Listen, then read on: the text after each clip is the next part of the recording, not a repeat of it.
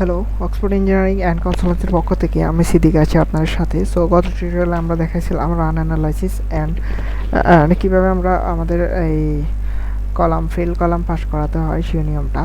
তো আমরা গত টিউটোরিয়ালে আমাদের কলামগুলোকে আমি যে কোনো একটা অর্থাৎ 15 ধরেই কিন্তু আমি জাস্ট পাস করাই দিছি, কিন্তু আপনারা এগুলোকে গ্র্যাজুয়ালি অর্থাৎ আস্তে আস্তে বাড়াবেন। প্রথমে 12, 15, 12, 18, 12, 20 এভাবে আস্তে আস্তে গ্র্যাজুয়ালি বাড়াবেন। তো এক্ষেত্রে আপনাদের কলামগুলো এর আগে আপনার পাস করবে। তো আমি জাস্ট টিউটোরিয়ালের লেন্থ যাতে বড় না হয় সেজন্য শর্টকাটে জাস্ট বড় করি সাইজ ধরি আমি অ্যানালাইজটা করছি। তো এই যে মাঝের এটা আমি পরবর্তীতে আমরা চেক দিছি, এগুলো আমরা 12, 15, 12, 18 দিয়ে পাস করাইছি কলামগুলা। তো আশা করি সকলে আমাদের টিউটোরিয়ালটা উপভোগ করবেন। তো এখন আমরা দেখাবো কিভাবে আমাদের সার্ভিসিবিলিটি চেক সহ বাকি যে চেকগুলো দেওয়া লাগে সেটাই দেখাবো। তো আমরা এখন সার্ভিসিবিলিটি চেক দেবো। 3Dতে যাব। আমাদের যে ফেল বিমগুলো আছে, সো বিমগুলো পাস করানোর জন্য আমরা বিমের সাইজটা বাড়াই দিব। আগে আমরা বিম পাস করাই, সেজন্য আমরা প্ল্যানে যাব, অর্থাৎ আমরা আনলক করব মডেল। তো আনলক করার পর আমাদের কিন্তু সবগুলো বিম ফেল আসে নাই, কিছু কিছু বিম ফেল আসছে। যেগুলো ফেল আসবে ওগুলার সাইজ বাড়াই দিবেন, বা যদি শেয়ার স্টিলে ফেল আসে সেভাবে, তাহলে আমাদের স্পেশালভাবে ডিটেলিংটা করতে হবে আর কি। তো আমরা এখানে চাইলে বিমের সাইজ বাড়ানোর জন্য আমরা ডিফাইনে যাব। ডিফাইন থেকে সেকশন থেকে ফ্রেম সেকশনে যাব। তো এখান থেকে আমরা বিমের সাইজ যেগুলো দিয়েছিলাম ওটা দিয়েছিলাম আমরা 10, 15 দিয়েছিলাম বিমের সাইজ। তো আমরা এটাকে চাইলে 10, 18 বা 12, 15 করে দিই। আমরা 12, 15 করে দিলাম আমরা আপাতত, বা 12, 12 করে দিলাম। তো এরপর আমরা ওকে দিব। তো আমরা এগুলা 12, 15 দিয়া এখন অ্যানালাইজ দিব। অ্যানালাইসিসে যাবো, এখান থেকে অ্যানালাইজ দিব। তো দেখি আমাদের বিমগুলোর কী অবস্থা আসে। তো এগুলো আপনারা জাস্ট গ্র্যাজুয়ালি আস্তে আস্তে বাড়াবেন আর কি। আমি দ্রুত টিউটোরিয়াল শেষ করার জন্যই দ্রুত এগুলা বাড়াচ্ছি আর কি।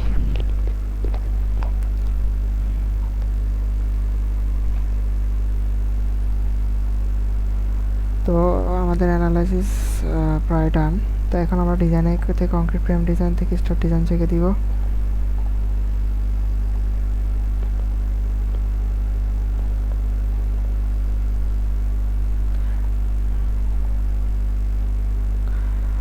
সো ডিজাইন থেকে আমাদের মোটামুটি কিছু বিম এখনও ফেল আছে। তো এগুলা কিসে ফেল আছে সেটা আমরা দেখব। প্ল্যান থেকে আমরা এলিভেশনে যাব, অর্থাৎ এলিভেশন থেকে আমরা এলিভেশন 1-এ যাব। তো এখানে আমাদের কিন্তু এই যে বিমটা আছে এটা ফেল করছে, এটাকে রাইট ক্লিক করব।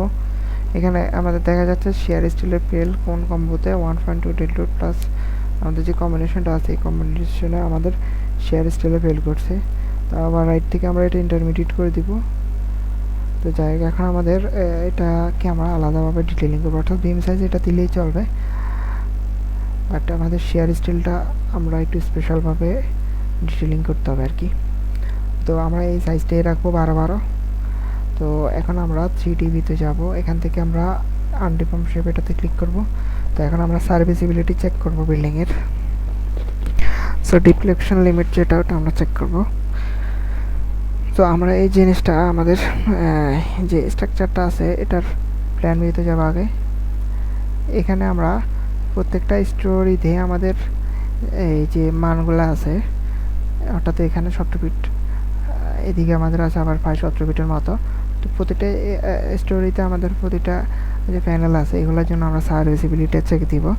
তো আমরা এটা সময় বাঁচানোর জন্য আমরা সবচাইতে আমাদের স্প্যান সর্বোচ্চ যে বড় স্প্যানটা আছে সেটা নিয়ে আমরা এই চেকটা দিব।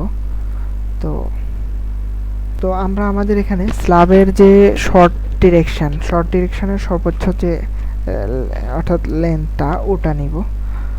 তো আমাদের এই যে স্প্যানটা শর্ট ডিরেকশন আমাদের এটা হবে, এটা আমাদের এখানে বড় দেখা যাচ্ছে। তাহলে এটা আমাদের কত? 17 ফিট, 17.58 ফিট, আর এটা হচ্ছে 17.5 ফিট। তো যাই হোক, আমরা প্রায় দুইটাই সেম, তো আমরা এটা নিই, শর্ট ডিরেকশন ধরলাম এটা। তো আমরা এখন 17.5 যেটা আছে এটাকে আমরা L ডিভাইড বাই 214 এটা দিয়ে আমরা ভাগ করব। তো আমরা এখানে ক্যালকুলেটরে যাব, এর আগে সূত্রটা একটু দেখাই। সূত্রটা হচ্ছে এরকম, আমাদের L ডিভাইড বাই 240। এখানে এলটা হলো আমাদের শর্ট ডিরেকশন বিমের লেন্থ, অর্থাৎ বিমের short direction divide by 240 into 12 দিয়ে গুণ দিব ওটাকে, অর্থাৎ বিমের শর্ট ডিরেকশনটাকে ফিটে নেওয়ার জন্য, সরি ইঞ্চিতে নেওয়ার জন্য।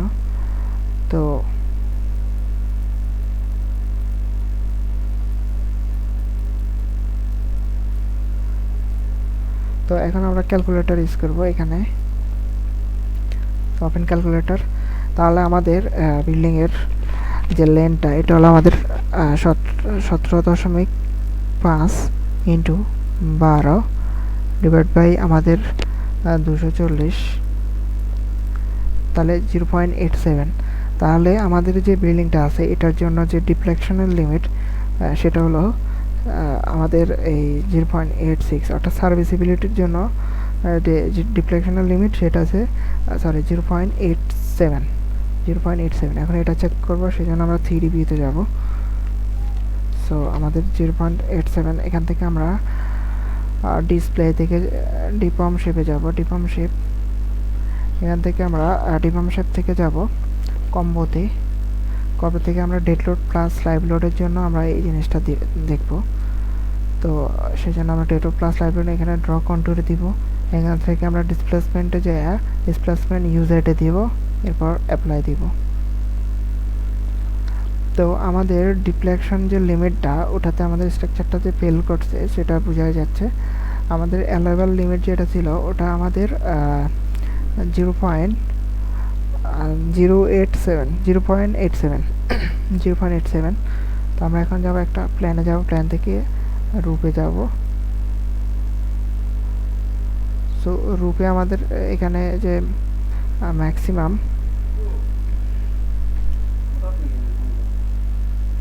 তো আমাদের যে ডিসপ্লেসমেন্ট লিমিটটা ওটা আমাদের লেভেল লিমিট যেটা ওটা ছিল 0.87, কিন্তু আমাদের এখানে লিমিট আসতেছে আমাদের ম্যাক্সিমাম লিমিট যেটা 148 আসতেছে। তো আমাদের এই যে প্যানেলগুলোতে যে লিমিটটা ডিসপ্লেসমেন্ট লিমিট বেশি আসতেছে, সেই ক্ষেত্রে আমরা কী করবো, এখানে এই যে স্ল্যাবগুলো আছে এগুলার সাইজ থিকনেস বাড়াই দিব আর কি। অর্থাৎ এগুলার থিকনেস বাড়াই দিয়ে আমরা এই যে ডিসপ্লেসমেন্টের যে লিমিটটা ওটা সার্ভিসিবিলিটি চেকের জন্য যে লিমিটটা আসতেছে এটা রিডিউস করতে পারবো। আর তাছাড়া এখানে থেকে একটা সেকেন্ডারি বিম দিয়ে দিলেও মোটামুটি এটা রিডিউস হবে আর কি। তো আমরা এটা করার জন্য আমরা 3D, তো এইভাবে কিন্তু সবগুলো ফ্লোরে আপনি এটা চেক দিবেন। আনলক করব, এখান থেকে আমরা ডিফাইনে যাব, ডিফাইন থেকে স্ল্যাব সেকশনে যাব, এখান থেকে স্ল্যাব পাইপে যাব, মডিফাই। আচ্ছা, আমরা এখানে অ্যাড কপি অফ স্ল্যাব দিব, এটাকে দিব আমরা স্ল্যাব 6 দিব, স্ল্যাব 6, এখানে 6 দিব, ওকে দিব। তো ওকে, তো এরপর আমরা প্ল্যানে যাব, প্ল্যান থেকে এখানে ফার্স্ট ফ্লোর। তো এখানে আমাদের এই স্ল্যাবটা এইগুলাতে ডিসপ্লেসমেন্ট বেশি ছিল, তো অলরেডি ধরে আমরা এগুলাকে ডিলিট করে দিই। আমরা এখানে 6 ইঞ্চি, আচ্ছা নাহলে আমরা এই দুটো এগুলাকে সিলেক্ট করবো, জাস্ট অ্যাসাইন করে দিব অল স্টোরি। এরপর এগুলো সিলেক্ট করব, সিলেক্ট করে অ্যাসাইন করে দিব। আমরা অ্যাসাইনে যাব, ফ্রেম থেকে যাব আমরা সেকশন প্রপার্টিজ,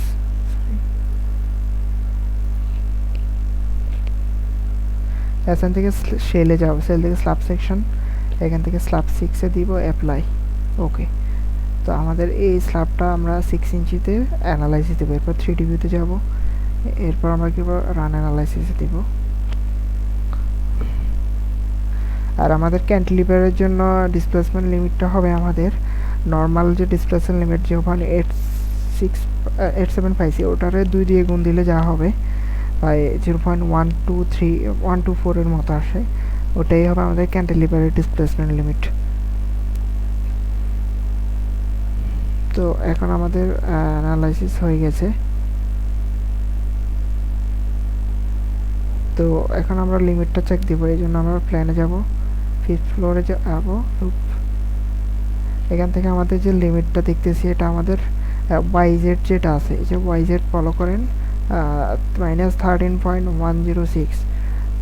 আচ্ছা আমরা সরি এটাতে ডিসপ্লেতে যাব, আমরা ডিসপ্লে ডিফর্ম শেপে যাব, এখান থেকে কম্বোতে যাব, এখান থেকে ডেল ডট প্লাস লাইভ ডটে যাব, এরপর এটাকে আমরা ডিসপ্লে ইউজ এটে দিব, এরপর ওকে দিব। তো এখন আমরা আমাদের যে এটা পাবো ওটাই আসলটা পাবো। সো আমাদের এখনও কিন্তু এটা লিমিটের মধ্যে আসে নাই, এখানে -19 to 1, অর্থাৎ আমাদের স্ল্যাবের থিকনেসটা আর একটু ইনক্রিজ করতে হবে। যেখানে আমার -19, কিন্তু আমাদের অ্যালাউয়েবল ছিল 0.87।